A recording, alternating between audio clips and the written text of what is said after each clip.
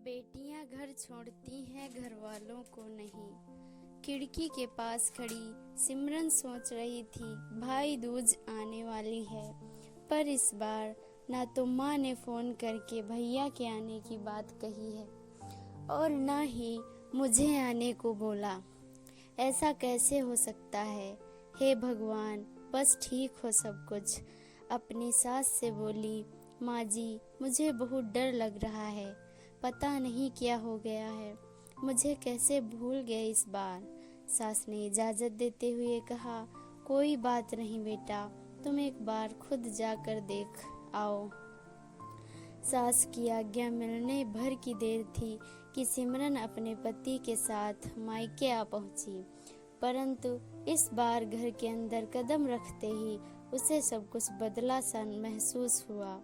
पहले जहां उसे देखते ही माँ पिताजी के चेहरे खुशी से खिल उठते थे, इस बार उन पर परेशानी की झलक साफ दिखाई दे रही थी।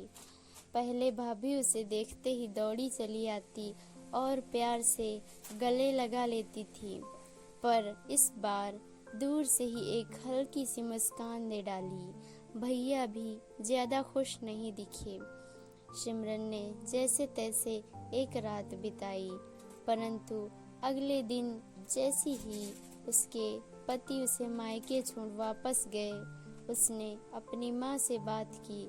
तब उन्होंने बताया इस बार कोरोना के चलते भैया का काम बिल्कुल बंद हो गया, ऊपर से और समस्याएं, बस इसी वजह से तेरे भैया को तेरे घर भी न भेज सकी।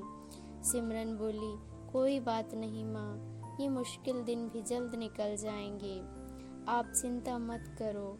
शाम को भैया भाभी आपस में बात कर रहे थे, जो सिमरन ने सुन ली।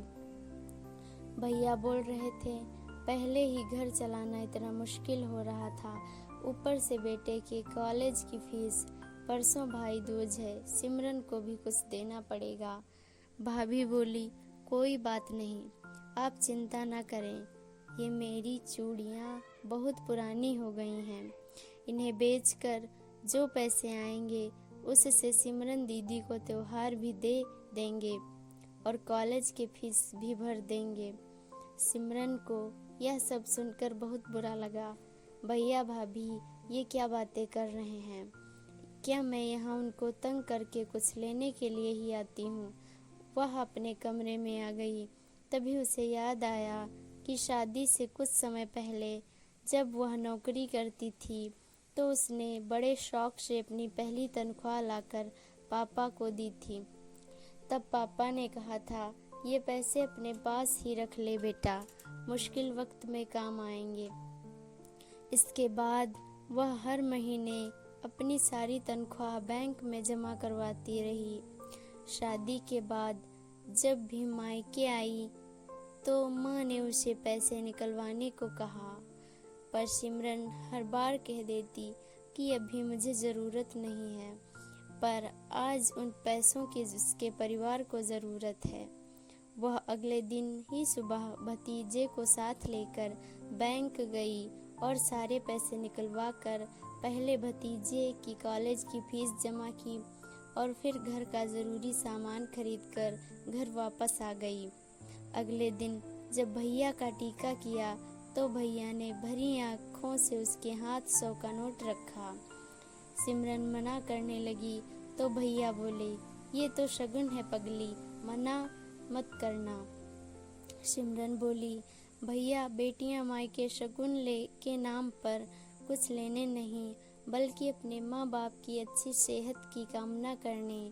भैया भाभी को माँ बाप की सेवा करते देख ढेरों दुआएं देने और बड़े होते भतीजे भतीजियों की नज़र उतारने आती हैं। जितनी बार मायके की दहलीज पार करती हैं, ईश्वर से उस दहलीज की सलामती की दुआएं मांगती हैं। जब मुझे देख माँ पापा के चेहरे पर रौनक आ जाती है, भाभी दौड़कर गले लगाती हैं, आप लाड़ लड़ाते हो, मुझे मेरा शगुन मिल जाता है। अगले दिन सिमरन ने मायके से विदा लेकर ससुराल जाने के लिए जैसे ही दहलीज के पार कदम रखा कि भैया का फोन बज उठा। उन्हें बहुत बड़ा ऑर्डर मिल रहा था। वे सोचने लगे, सचमुच बहन बेटियां मायके कुछ लेने नहीं बल्कि अपनी बेशकीमती दुआएं देने आती हैं।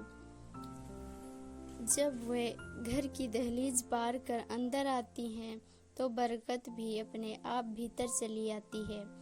हर बहन बेटी के दिल की तमन्ना होती है कि उसका मायका हमेशा खुशहाल रहे और तरक्की करे।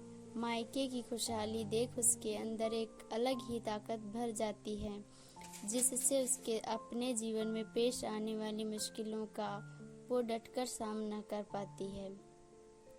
भैया की आंखों से खुशी के आंसू बहने लगे। तो दोस्तों, अगर ये वीडियो पसंद आई हो तो प्लीज़ वीडियो को लाइक एंड शेयर कीजिएगा और चैनल को सब्सक्राइब कीजिएगा, ताकि मैं जब भी वीडियो अपलोड करूँ उसका नोटिफिकेशन सबसे पहले आप तक पहुँचे। Thank you.